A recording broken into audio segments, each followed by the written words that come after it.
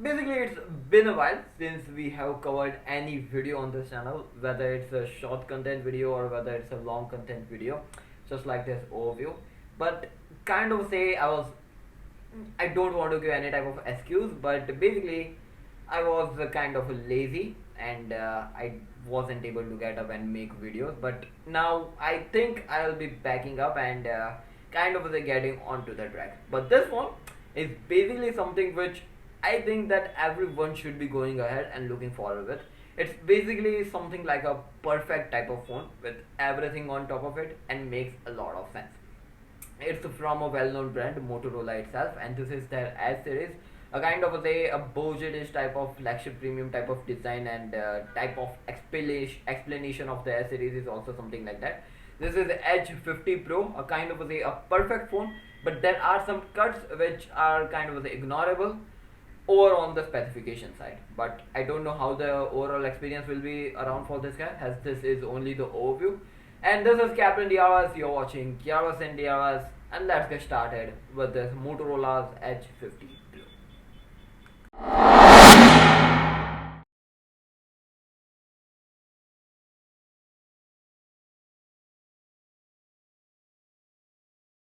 Let's start off with the display itself.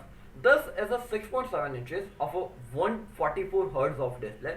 It's an OLED display basically and having the brightness of 2000 peaks.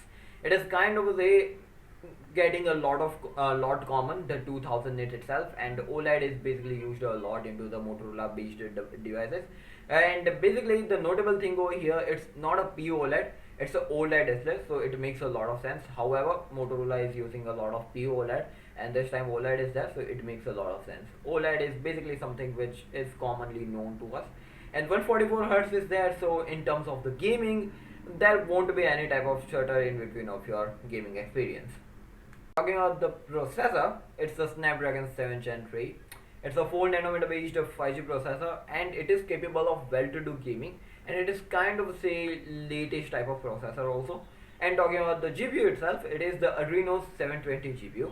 Talking about the operating system which is managing all this stuff, this is the Android 14 with the Motorola's some of the sprinkles on the top of it. And this phone will be receiving 3 years of the software update, which means it will be going from the Android 14 up till the 15, 16 and 17, and the 4 years of the security patches. Let's see how trackable it is and how accurate it is. Talking about the battery, it is the very first element which has the some of the cuts.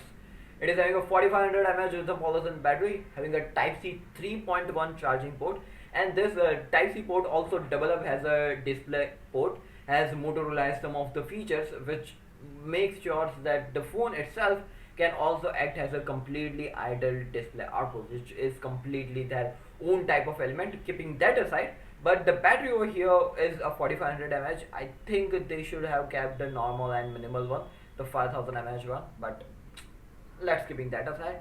125 watt of wired charger is supported for this guy. 50 watt of wireless charging is also supported, which is kind of say rarely seen at this price point, and a 10 watt of reverse wireless charging is also supported. All the elements are there, so there isn't any excuse. But anyways, 5000 mAh battery is a kind of say a normal day-to-day battery which completely lasts you long. But I think that the processor and the batteries incapability and capabilities will be able to make sure that the phone will be lasting complete full day. Talking about the RAM and the ROM, there are three different options over here: 8GB RAM with the 128GB, 12GB RAM, 256GB, 12GB RAM with the 512GB. I think that the 512GB is more than needed for this guy as the price point, but if you are looking forward with that version, it's there for you. But another cut over here is with the UFS storage. It's a UFS 2.2. I believe when I bought my very first Android phone back in 2020, I guess, it was having a UFS 2.1, and I think that the UFS 2.2 for 2024 isn't really outwelling. But apart from that, I should be saying that the UFS 3.0 at this price point should be a really good option. But anyways, let's keep that aside. Talking about the cameras over here, it is having a triple camera setup, a 50 megapixel, the 13 megapixel and a 10 megapixel. the 10 megapixel sensor.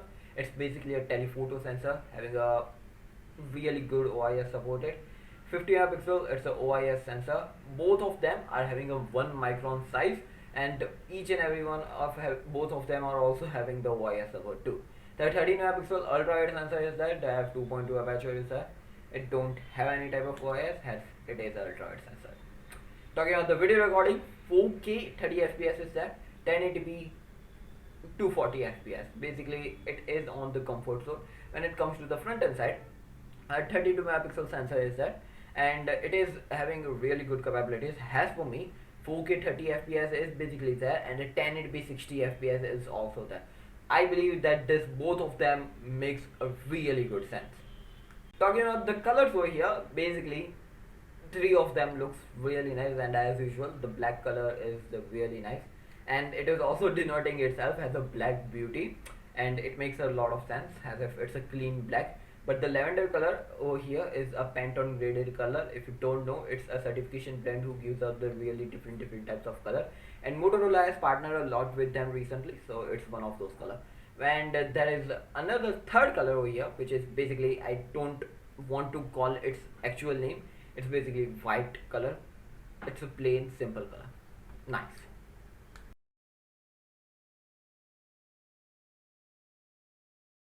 Alright, talking about the Motorola Edge 50 Pro. This phone is really good in terms of the design. IP68 is also there, and only thing which doesn't makes any wide enough sense over here is one of the things which is marketed really wrongly over here.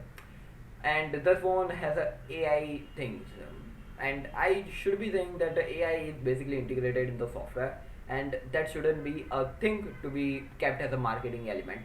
But keeping that aside, it's a brand thing, and who am I to tolerate, or who am I to interfere in that elements? Apart from that, everything is good. UFS 2.2 is there, kind of acceptable, and 4500 mAh battery is there, also acceptable. But over here the camera size is basically okay style. 1 micron is there, and under the 1 micron 0.64 micron sensors are there, and they should be able to give you a really good quality of output. But at a glance, on paper specification, it's okay type of sensors. Partly the display and everything is really good. The only two cuts which I mentioned over here on paper specification wise is the 4500 mAh battery and the UFS 2.2. Partly when it comes to the gaming multimedia, it will be a really good experience, as it is having the OLED display when it comes to the multimedia.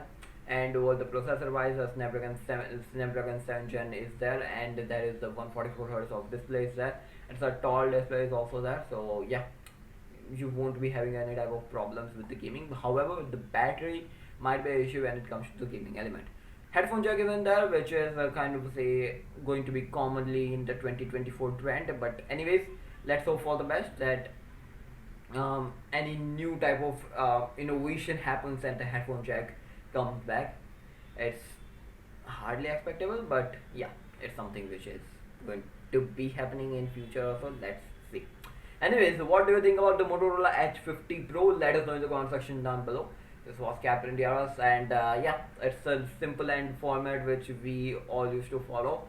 Like, share, subscribe, gonna be appreciating our work. And if you want a more amazing content like this, let us know. And if you wanted to know more about different type of smartphone which came around recently and what's my opinion on those, then it would be appreciable. If possible, then long video or might be a short content video will be available. So yeah, you know what to do. Like, share, subscribe, and keep supporting. I'll be right around back. This was Captain Diaz. You're watching Chaos and Diaz. Stay safe, stay connected. Peace out.